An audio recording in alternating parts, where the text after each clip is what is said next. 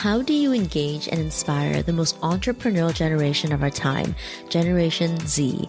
This generation is disrupting the traditional ways of entering the workforce by choosing entrepreneurship over being an employee. In this episode, I speak with Julie Wang on embracing being a Generation Z agency owner and her insights on employing her generation. Stay tuned. Welcome to the Small But Mighty Agency Podcast. If you're a creative consultant or agency owner who wants to know what the roller coaster ride really looks like to grow your business from one to many, you're in the right place. My guest and I pull back the curtains on the realities of growing and running agencies of different sizes and what it takes to build a team. And if you're anything like me, you want more than the highlight reel. You want to learn from the mistakes of others so that you can stop short of making the same mistakes. I'm your host, Audrey Joy Kwan. I spend my days as a coach and consultant to multiple 6- and 7-figure agency owners. For the last 7 years, I've been behind the scenes helping people grow, lead, and operate small but mighty agencies. Here at the Small But Mighty Agency Podcast, we'll uncover what works and, equally as important, what didn't work to get these business owners to where they are today. Have you ever wondered what it's like to engage and inspire younger generations in your service-based business? Today, we're exploring Generation Z, those who were born after 1997. When I was growing up and exploring my business interests, my entrepreneurial role models were limited to my immediate family. My uncle, he had a successful bread bakery in Toronto that he sold. When I was young, being an entrepreneur definitely was not an established career path. I'm a hybrid of the millennial generation and Generation X. I border both. And what used to be a risky path for Generation X is no longer the case. Now more than ever, entrepreneurial role models are more accessible through social media, and shows like Shark Tank have inspired members of Generation Z to look at entrepreneurship favorably. If job roles aren't available, it's easier now to leverage technology to create business opportunities with low overhead. In this episode, I speak with Julie Wang about embracing being a young agency owner and her insights on employing her generation. Hi, Julie. It's so good to have you on the podcast. Let's start by having you share who you are and tell us a little bit about your agency. Thanks for having me, Audrey. Hi, everyone. My name is Julie Wang, and I am the owner of Tiny Planet Digital. We're a full-service, comprehensive digital marketing agency based in Vancouver, Canada, and we serve clients locally across the nation as well as around the globe. We really try to provide a holistic vision of digital marketing for all the clients we work with, mainly in the B2C service space. We also have a sustainability department where we work with businesses and nonprofits who are aligned with the United Nations Sustainable Development Goals. Thank you for sharing that. I wanted to connect with you because I know that you started your business straight out of college, and there's so much I want to dig into. And I want to start by asking you, what inspired you to do that? What inspired you to start your business straight out of college? Yeah, for sure. So while I was in school, just that period of time, I experienced and watched the growth of tech giants like Facebook, Instagram, Snapchat, and even like the rise of Uber and Lyft. And I really saw like what was possible and the potential in the field of tech and digital marketing specifically. I really wanted to be involved in an industry that's like, exciting, growing, and ever evolving at the time. And I realized that in an undergrad business program at a larger university like I went to, I realized that going to a larger university, I was really well versed in business theory and big picture thinking, going to like an undergrad program there, but I really lacked hands-on experience, especially in this field of digital marketing I wanted to pursue. And I understood the jargon at the time, going to school, like CPC or PPC, all these words. But if you actually wanted me to run a Facebook ad, I wouldn't know how to do it just from my degree. So I was quite concerned about my employability in that sense. So I took on a lot of freelance gigs as a marketing consultant, as like a social media expert to help small businesses with their website, running ads, and running their organic social media accounts in order to build my own portfolio and practice these practical skills. And in doing so, I learned so much about being a business owner and what it's like to, service others in a service-based business. So yeah, I found that really interesting, and that really inspired me to move forward with an agency. So good. So I'm going to move us backward here. And I want to know, how did you pursue freelancing? What were some of the things that you did that got you into the freelancing world? For sure. So I think the top point, however cliche it might be, is putting yourself out there. So no one is going to advocate for you aside from yourself. So today you can join a networking event and say, hey, I'm Julie. I'm a business student. I want to learn more about you. Or you can approach the situation saying, hey, my name is Julie. I have studied marketing. I'm well versed in social media and websites. What can I do for your business, and how can I provide value for you?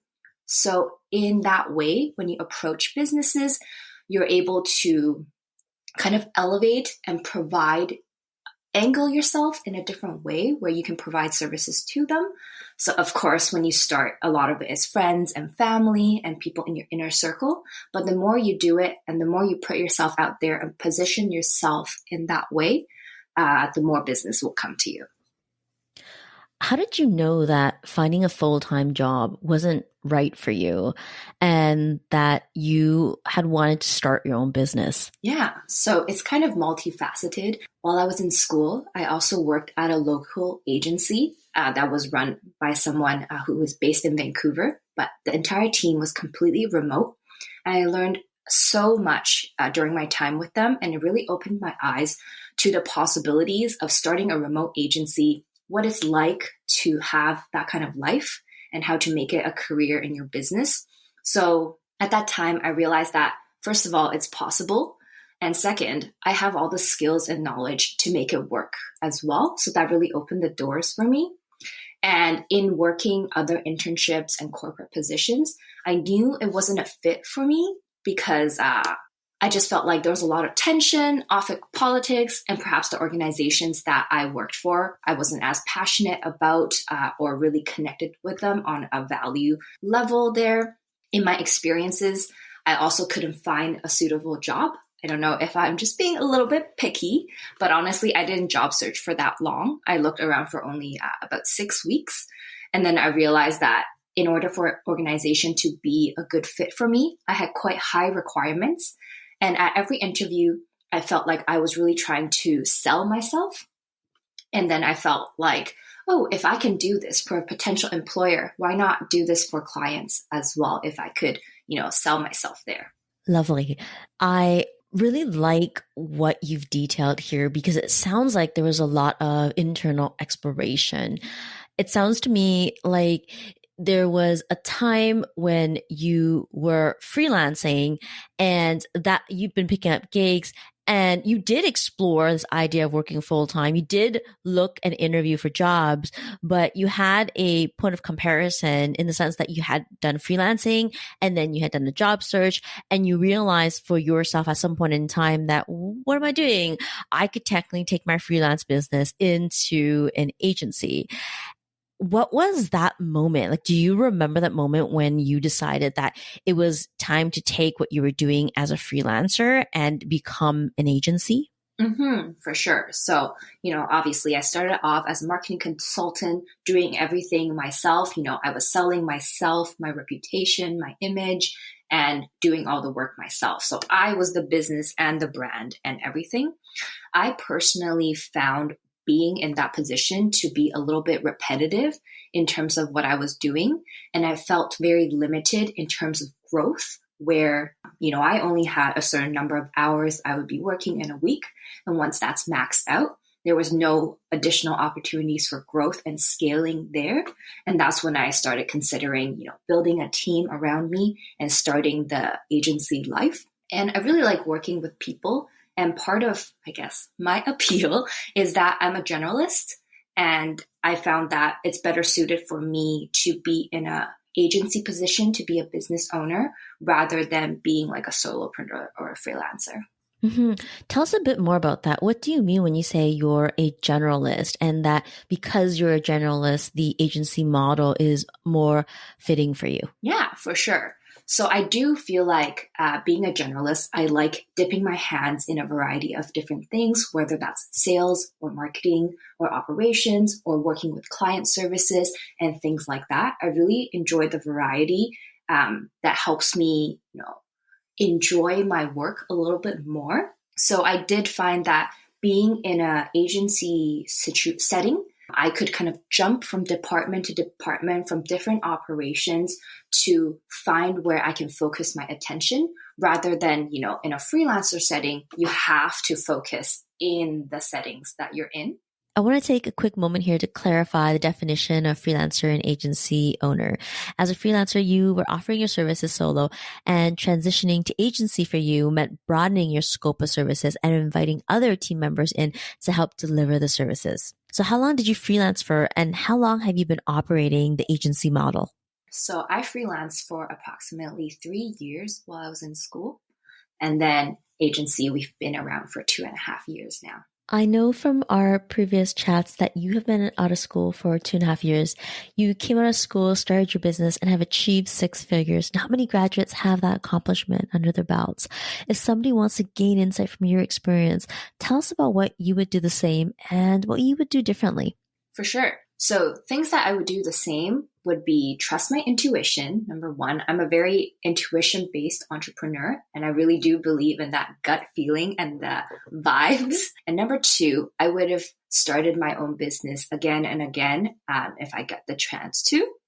And the third point that I would definitely do the same is seeking mentorship and support from other business owners and professionals. So really creating and developing a good support network for yourself. So that's something I find really important. And on things that I would do a bit differently is number one, seeing the immense value in myself, even as a student or, a younger professional. And number two is definitely hire sooner rather than later. Yeah. Tell us about hiring. When did you start bringing someone into your agency? Yeah. So I would say that I started trying to get help probably 6 months into starting my business.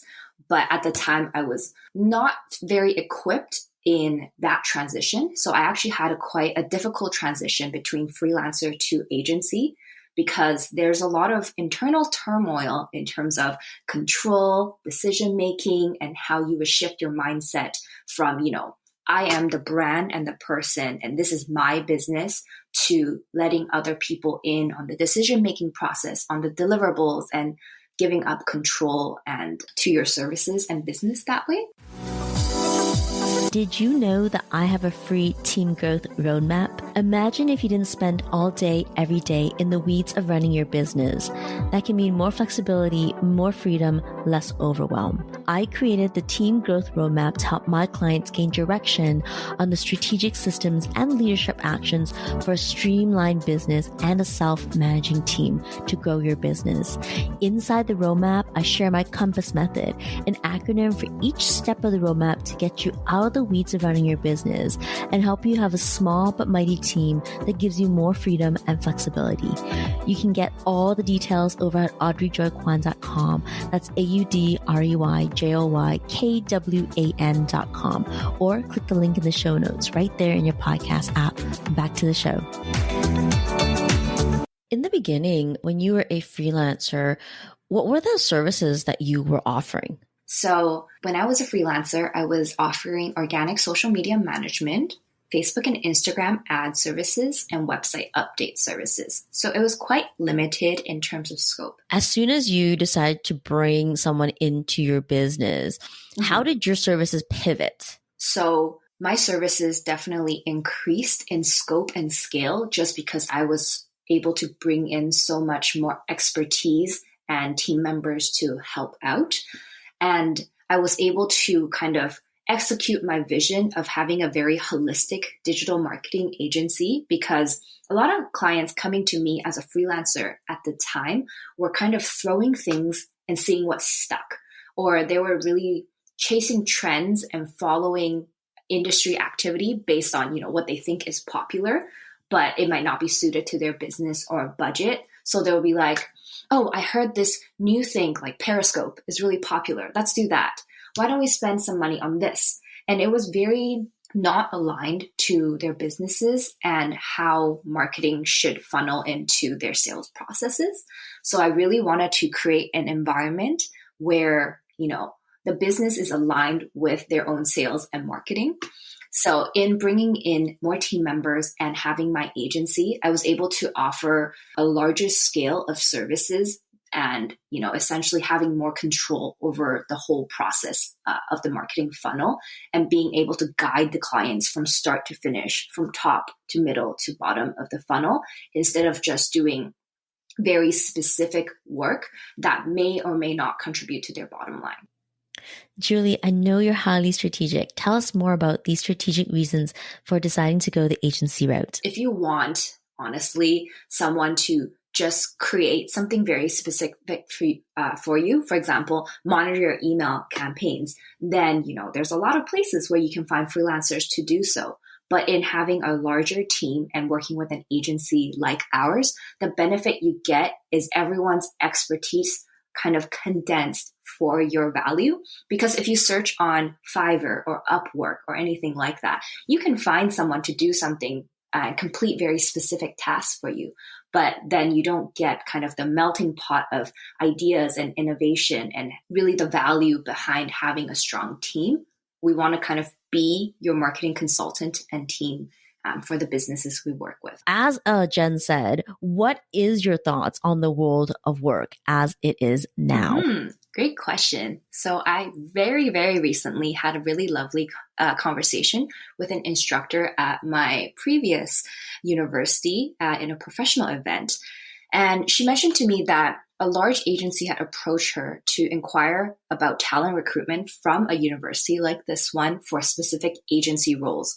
And how can larger agencies capture talent and be more attractive for students coming out of school? And personally, my answer was that these large and relatively academic universities, like the one I went to, they provide a really good overview of big picture in business. You take classes on strategy, on leadership, and you learn about business in a very holistic way. And that kind of drive the students and the mindset of younger people to want to be able to access this big picture, holistic, strategic part of business. But when you do graduate and come to your job opportunities, the roles are generally very narrowly focused and specialist. You're expected to take on a role like email marketing specialist, social media specialist, or something that is quite small in scale and scope. And of course, this is not to say that there aren't opportunities to wear more hats at once, but I didn't find that to be very common and accessible coming out of that learning. So you learn about all these big things, but then you're expected to be very focused on one thing afterward. What you're describing sounds like a gap between expectations of students coming out of university.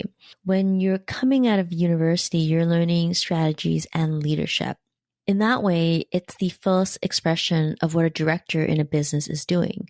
But as you enter the workforce, what you're asked to do is to be more tactical. And so when it comes to finding the right job, it doesn't feel like there's a fit for what you've learned or where you expect to be. Exactly. And often, a lot of people in my generation, they get really frustrated or very disillusioned about the lack of impact they can actually make in a organization, and very soon perhaps they feel like a cog in the machine. And I think it's that gap we talked about earlier that drives this kind of thinking. Do you see that happening in terms of your friends and people you've come out of school with? And if you do see that happening, what are people of Gen Z doing because of that? Yeah, so I would say a lot of people do feel that way. And in order to kind of assert more control and value in their own lives, most people I knew do freelance on the side or have a hobby job or kind of a side job. That's very popular right now in order for them to feel like they have more control over their lives. Do you feel like with the Gen Z generation that there are more people empowered coming out of school to start their own businesses as more so than I would say in the previous generation? For sure. I think it's more accessible than ever, especially with the access to internet and technology. And you're seeing a lot more role models in general. Like you're seeing the possibility of success and the different journeys. And it's so easily accessible and displayed online for people to see that, oh, I can make it too. Being young or being inexperienced is no longer a barrier to entry or even access to capital to start your own businesses. You could start a really lean business, and yeah, there's just a lot less deterrence in the way.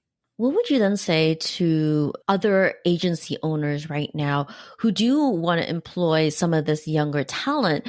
What would it take for these agencies to really be attractive to your generation? So for me, personally, in how I work with my team and build my team, one of my focuses as their leader is to inspire them, as my previous agency that I worked at has done for me. So that's providing mentorship and showing them what's possible for them and really empowering them to make their own decision and career choices and being supportive for them. So one thing we do at our company is actually everyone makes their own hours. There are certain deliverables and meetings, of course, you have to be at, but everyone selects their own hours and chooses their own working time. I've noticed employing contractors, not full-time employees for agencies and remote work businesses is more of a norm. Contractors have less desire to convert into full-time employees, especially Gen Z, who view contracting as an opportunity to learn and then take the learning and build something of their own. It's that entrepreneurial spirit of Gen Z coming through. And what I hear you say is that your approach is to fully embrace empowering your team to be entrepreneurs and accept that for Gen Z, that is more likely than before the trajectory. Yes, for sure. So in our interview process, one thing we really value is their inclination for entrepreneurship because, as a company, the average age on our team is probably like 25 or 26 years old. And this is something I really want our company to own. In working with our agency, you're working with the next generation of leaders who value doing things differently, being very lean and efficient, the freshness and newness of innovation. So you want people who are always looking ahead, very driven, and it doesn't really matter if that translates to them starting a business of their own down the line, but that's the kind of people we do want to keep around on our team. From your perspective as Gen Z, why do you think flexibility and fast growth are so important to your generation? Yeah, for sure. I definitely agree. And I think part of it is gaining control over their own lives and their own narrative. This is kind of a generalization, but very big picture. I do think as a generation, people feel very helpless about, whether that's the housing market or the economic situation or even their career progression as people are retiring later and later. So they cannot see themselves moving up in larger organizations the same way people used to in the past. So the lack of control in all these aspects of their lives kind of drives them to seek out flexibility and control and empowerment in their own schedule, their own career, and their own decisions. They got to do something for themselves to kind of resolve that feeling of dissonance with the larger economic condition of today. And as a Gen Z owning your own business, what do you think has been the greatest challenge for you? That's a very good question. I think that's something I'm still trying to play with a little bit. I think one of the challenges in owning an agency was honestly my experience and my age in how I viewed myself. That was a really big challenge for me to overcome. And that's why I really want to, publicly state that, we're young and we want to own it because that's been a really big obstacle for us in terms of myself and my team in building that credibility and authority within the industry. What do you see for yourself and your business in the next year? Yeah. So actually, since COVID, we've seen kind of exponential business growth for our company, especially in the field of digital marketing. A lot of industries and businesses that previously were not too focused on digital are kind of getting more and more on board with digital. And that's part of the clientele we serve, which is B2C services that are going through digital transformation. So I do see in the next year us growing our team, hopefully doubling our team size and servicing more and more client in the impact and sustainability space as I go. Julie, where can people find you? You can find us on our website, which is tinyplanet.digital. And you can also find us on social media using the same handle. Thank you so much, Julie, for your insights on Gen Z today. Thanks for listening to the Small But Mighty Agency podcast. If you enjoyed this episode, please leave a review on iTunes. It would mean the world to me. Or send a screenshot on Instagram while tagging me at Audrey Joy Kwan.